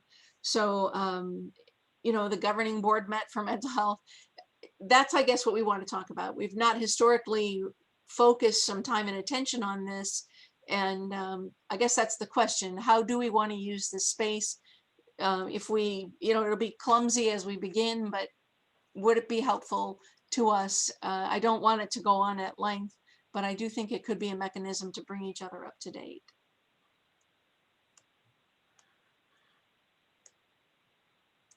I would agree with that.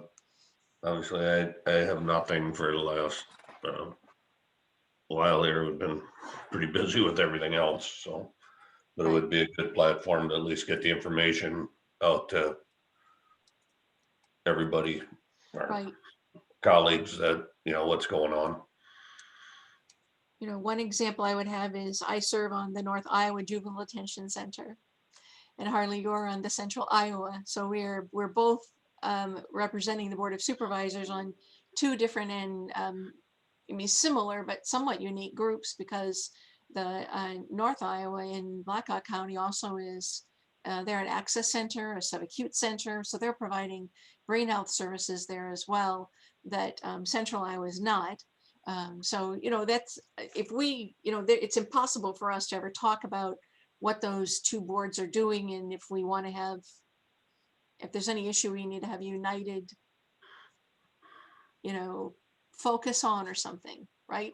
That's what, it's hard to know. So we're going to need to put this, I think, I don't know if we want to leave it open, or if we want to put in, if every supervisor wants to add, we can have an update time for each of us to provide that. I've been to the Piasta Long Range Planning Commission.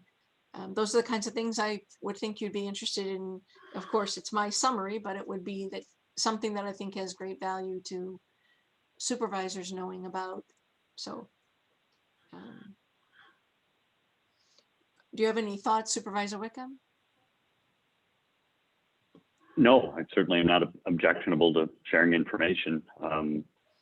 Most all the meetings do have agendas as well, and meeting notes that hopefully we're getting, and that might be the first start. So maybe having those, gathered, centralized, and then presented might be helpful.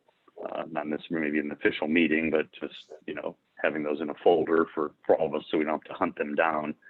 Yeah. Obviously it's a great example if we're on multiple boards and, they do have crossover. That would be, I think, good and wise to be able to share that information. So should we just list it by supervisor name? And then I do think the minutes and the notes would be good to be gathering somehow, how we can do that and still have it be, it's read for us. And so what does that mean to give that information out to the public? Obviously, they're all public meetings and they're all public agendas and so forth. But Ed, do you have a thought, a brief thought on this? This is Ed Raber.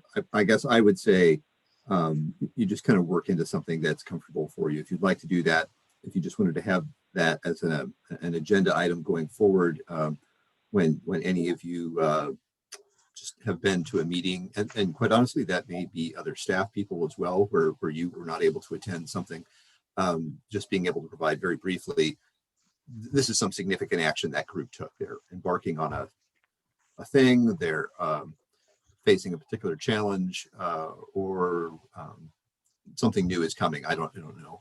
But I think that, or they just had their annual meeting or something like that. I think that would,